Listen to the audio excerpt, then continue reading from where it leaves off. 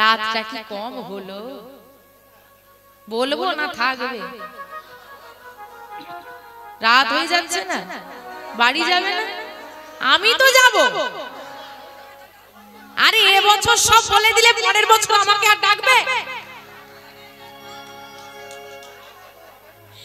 তা শুনবে? আসবে না তো? বলবো।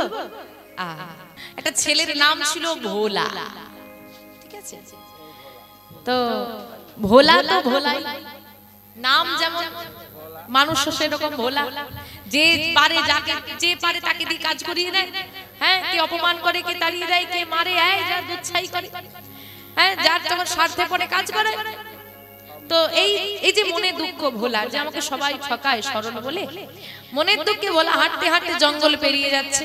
মনের দুঃখে জঙ্গলে ঢুকেছে, জঙ্গল পেরিয়ে ভোলার সব দিক ভালো, কোনোদিন মিথ্যে কথা বলে না, অসৎ কাজ করে না, যে যা বলে তাই শুনে। কিন্তু ভোলার একটা দোষ আছে। কি দোষ? একটু খায় বেশি। হ্যাঁ, এটাই হচ্ছে ভোলার দোষ। পেটের জ্বালা বড্ড, ক্ষুধা একদম সহ্য করতে পারে না।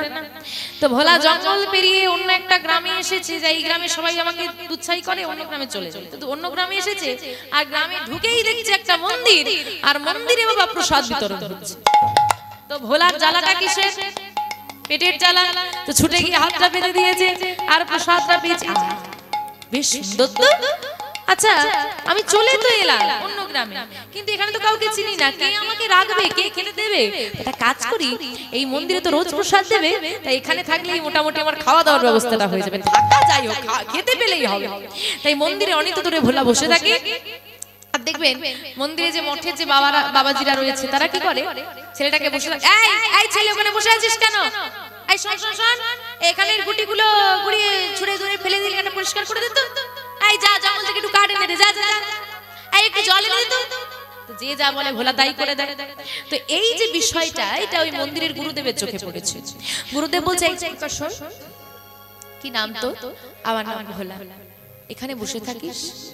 হ্যাঁ, এখানে তুই বসে থাকিস কেন?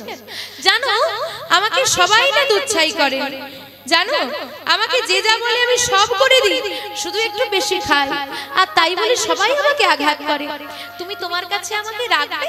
তুমি যা বলবে সারাদিন আমি তাই করে দেব, শুধু আমাকে দুবেলা দুমুঠো খেতে দিলেই হবে, আমায় রাখবে গো তোমার কাছে।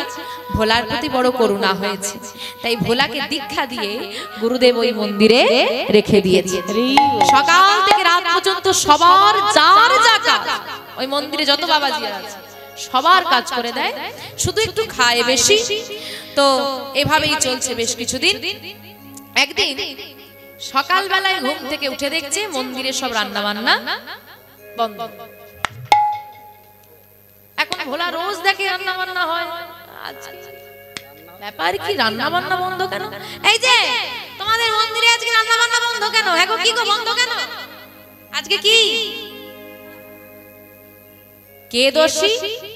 একাদশী। তা যে দোষী হয়েছে হয়েছে, একজন দোষী হয়েছে, সবাই উপোস করবে কেন? বলে দেখো বাবু, কে দোষী হয়েছে তো বলতে পারবো না আমি, তবে এটুকু জানি আজকে মন্দিরে রান্না হবে না, কেউ সেবা করবে না, আর যার সেবা করার ইচ্ছে হবে ফল সেবা না। ব্যাপার তো সুবিধের না। তা রেখেছে কে? ভোলাকে কে রেখেছে? গুরুদেব। ও গুরুদেব, গুরুদেব, ও গুরুদেব। কি হয়েছে? কি হয়েছে মানে?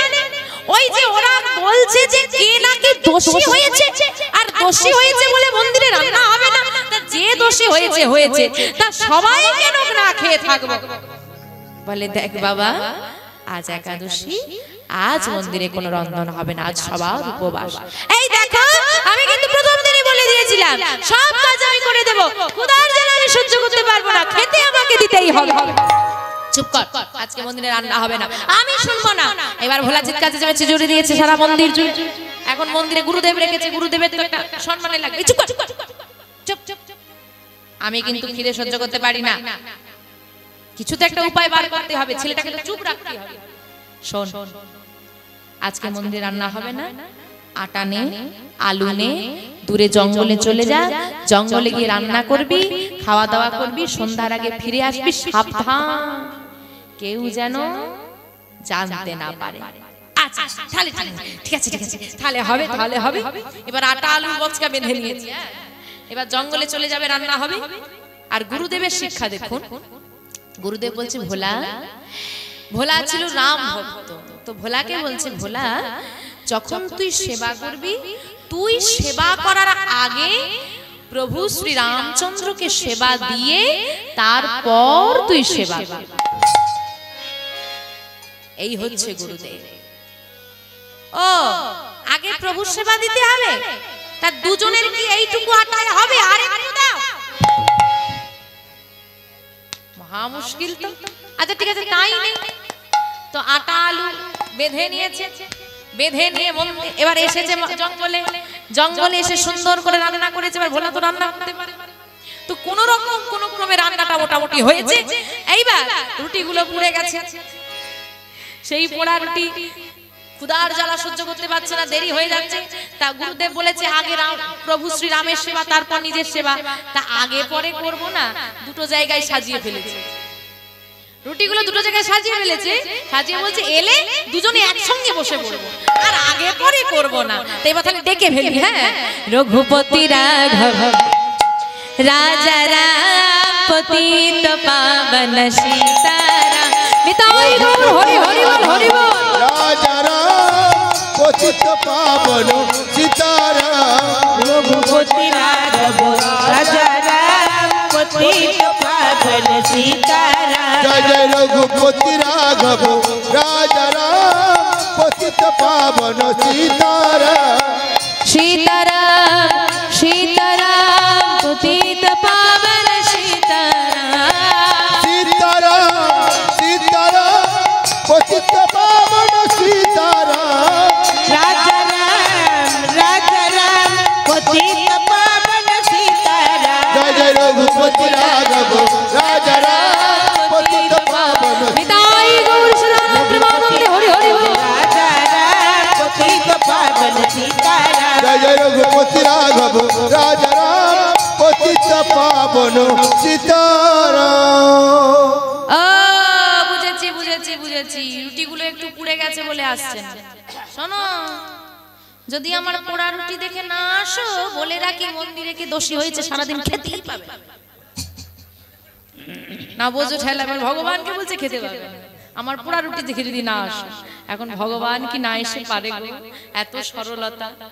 তো ভগবান দেখা দিয়েছে রাম বাম দিয়েছি জানকী, জানকী মানে সীতা, রামের বামে সীতা মা থাকে। তো দুজনে এসে হাজির হয়েছে। তোমার আপনার ঘরে যদি রাম সীতা এসে হাজির হয়, আপনি কি করবেন? প্রণাম করবেন, কত আনন্দ আমাদের। হ্যাঁ, আর ভোলার চিন্তা, ইনি কে বলে, তো আমার জানকী। বলি ইনিও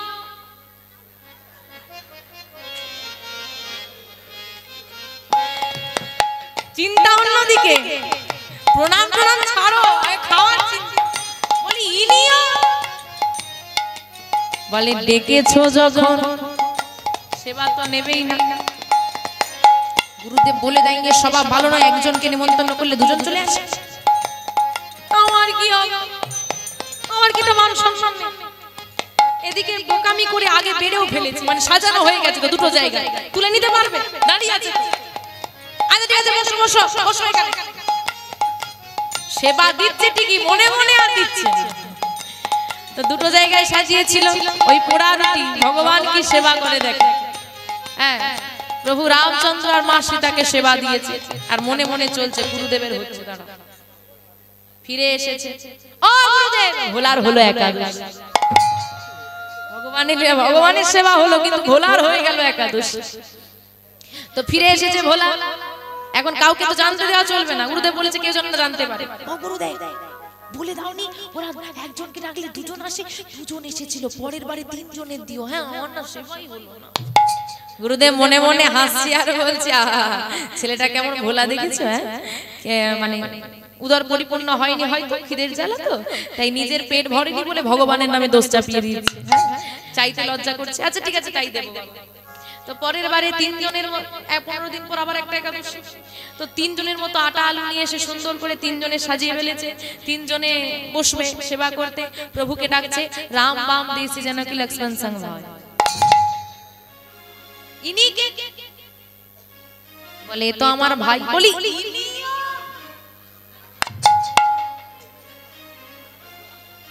বলে এসেছে যখন আর আমরা সেবা করবো সে কি নাড়িয়ে দেয়?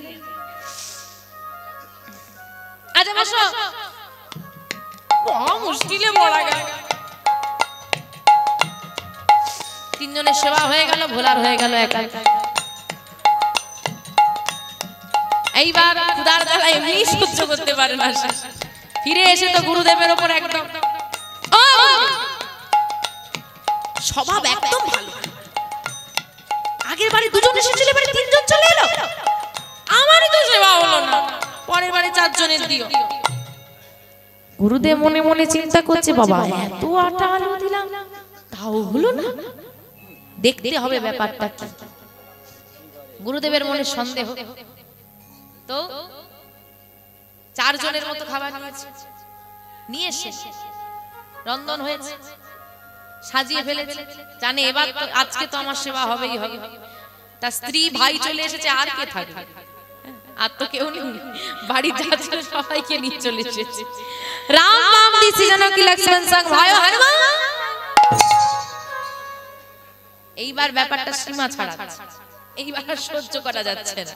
হ্যাঁ, ইনি কে? বলে তো আমার দাস। বলে দাস কি? প্রভুর সেবা দেব, দাসেরও সেবা? আচ্ছা বস।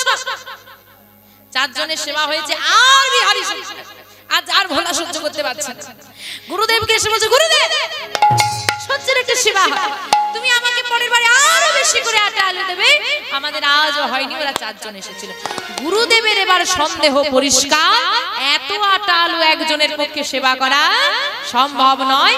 তার মানে জঙ্গল পেরিয়ে ভোলা বাজারে সব বিক্রি করে। তার মানে ভোলার মধ্যে লোভ আছে, ও অর্থের লোভে এই সব করছে। ঠিক আছে, পরের বারে হাতে নাতে ধরবো। তো এইবার কি করেছে, ভোলা অনেকটা আটা আলু নিয়ে এসেছে, আর নিয়ে এসে বলছে এত আলু, এত আটা, এ তো রান্না করতে করতেই ভোর হয়ে যাবে। তারপরে ওর তো আবার কাণ্ড জ্ঞান নিয়ে একজন একজন করে বাড়তে নিয়ে আসে। একটা কাজ করি, আগে ডেকে নি, কতজন আসে দেখবো, তারপর রান্নাটা বসাবো। নিতাই গৌর হরি হরি। ভক্ত এবার ভগবানকে ডাকছে, রান্না বান্না সব বন্ধ। হ্যাঁ, প্রভু এসো, প্রভু সীতারাম এসো, প্রভু সীতারাম এসো। রাম লক্ষ্মণ সীতা হনুমান শত্রুঘ্ন ভরত জেঠার যত রাম ভক্ত ছিল সবাই এসে হাজির। আমি জানি তোমার স্বভাব ভালো নয়, এই জন্য তো রান্নাই করি। তা বলি ওমা, এত লোকের রান্না আমার দ্বারা হবে না।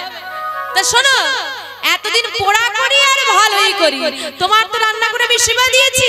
তা রান্না করা কাদের কাজ? তুমি রান্নাটা বসিয়ে দাও। আজকে তুমি রান্না করো, আমি সেবা করবো। আমি রান্না করেছি, তুমি সেবা করেছো। ও মা, এবার তুমি রান্না করো, আমি সেবা করবো। মা সীতা বলছে, ভোলা তোর মতো যদি ভক্ত হয়, তোর মতো যদি সন্তান হয়, আমি প্রতিদিন রন্ধন করতে রাজি আছি। হনুমান যাও, তুমি জ্বালানি কুড়িয়ে নিয়ে এসো। হ্যাঁ, হনুমান জ্বালানি কুড়াতে গেছে, সীতা মা রন্ধন বসিয়েছে, লক্ষণ দিচ্ছে জোগাড়। হ্যাঁ, ভাবুন কত সুন্দর দৃশ্য। আর প্রভু শ্রী রাম বসে আছে, রামের চরণতলের কাছে বসে আছে ভোলা। ভোলা বসে বসে এই সমস্ত দৃশ্য দর্শন করছে। ভাবুন ভোলা কত সৌভাগ্য। আর এদিকে পিছু পিছু এসে দাঁড়িয়েছে কে? গুরুদেব। ভক্তি যার, ভগবান তার। তা ভগবানের প্রতি বিশ্বাসটা কার? গুরুদেবের না শিষ্য? তাহলে দর্শন কার হবে? শিষ্য। এখন ভোলা যখন বসে আছে, এক্ষুনি এলো আটা আলু, আর কিছু দেখা যাচ্ছে না। ভোলা, ও গুরুদেব তুমিও এসে গেছো, বসো। এই যে রান্না হচ্ছে, তাহলে তোমারও সেবা হবে, বসো। আজকে সবার সেবা হবে, আজকে কেউ অভুক্ত থাকবে না। চুপ কর। ছি ছি ছি ছি ছি, লজ্জা করে না? মিথ্যে কথা বলতে তো লজ্জা করে না? আমি তোকে ভালোবেসে সৎ ভেবে মন্দিরে রাখলাম, আর তুই শেষে কিনা ওই মন্দির থেকে আটা আলু সবজি নিয়ে এসে বাজারে বিক্রয় করিস অর্থের লোভে। গুরুদেব, এ তুমি কি বলছো? কোথায় গেল এত সবজি, কোথায় গেল এত আটা? এই তো রন্ধন হচ্ছে, তুমি দেখতে পাচ্ছ না? এই তো মা রন্ধন করছে, এই তো প্রভু বসে আছে। চুপ কর, আর মিথ্যে বলিস না, অন্তত ভগবানের নামে আর মিথ্যে বলিস না। আমি কত বড় পাপ করেছি, তোর মতো পাপিস ব্যক্তিকে আমি শিষ্য বানিয়েছি। ছি ছি ছি ছি, আমাকে সবাই বারণ করেছিল যে কোথাকার ছেলে, কোন জাতের, কোন ধর্মের, কোথায় বাড়ি, নাম ধাম ঠিকানা জানি নাই, তাকে মন্দিরে রাখবেন না। আমি সবার কথা অপেক্ষা করে তোকে রাখলাম, আর তুই শেষে কিনা এই বলতাম, এই ফল দিলি, এই দেখালি আমাকে। ছি ছি ছি ছি, তোর মতো ছেলেকে আমি শিষ্য বানিয়ে আমি পাপী হয়ে গেলাম। গুরুদেব, চুপ কর, কোনদিন আমাকে আর গুরুদেব বলে ডাকবি না, আর না আমার মন্দিরে আসবি, দূর হয়ে যা। দুটো চোখ দিয়ে ভোলার জল, প্রভুর চরণটা জড়িয়ে ধরে বলছে, প্রভু আজ পর্যন্ত জীবনে কোনোদিন মিথ্যে কথা বলি না, আমি মিথ্যে বলি না, আর আজকে আমি চোর হয়ে গেলাম। কেউ জানুক বা না জানুক, তুমি তো জানো আমি কোনো মিথ্যে বলি না। ওগো প্রভু,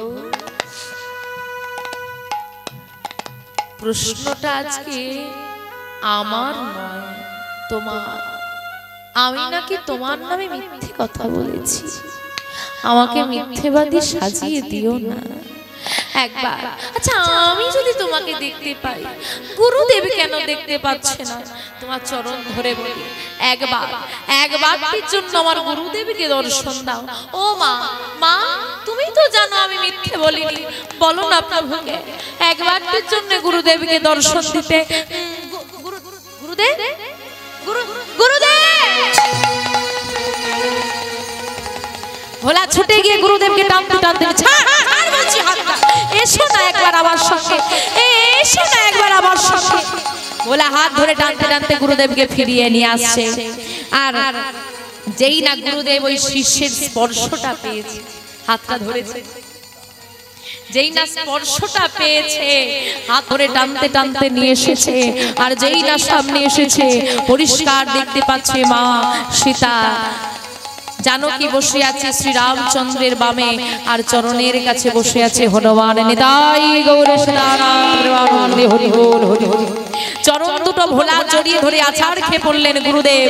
ওরে ভোলা, তোর মতো শিষ্য যদি হয়, শিষ্যের গুণে গুরুর উদ্ধার হয়। নিতাই গৌর হরি হরি হরি। তাই যদি গোবিন্দকে পেতে হয়, ভোলা হতে হবে। হ্যাঁ, ভোলা হতে হবে না? সারাদিন জপের মালা হরি হরি হরি হরি হরি হরি, সারাদিন হরি হরি। যে সারাদিন সেবা করে, গলায় মোটাও তুলসীর মালা নিয়ে সারাদিন ভক্ত সেজে ঘুরে বেড়াচ্ছে, সন্ধ্যের পর তার বাড়িতেই আলোচনা সভাটা বসে, তার বাড়িতেই আলোচনা সভাটা বসে। তাই এইরকম ভক্ত হলে হবে না, ভোলা হতে হবে, সরল হতে হবে, সরল মনে বিশ্বাস রাখতে হবে গোবিন্দের প্রতি। যাই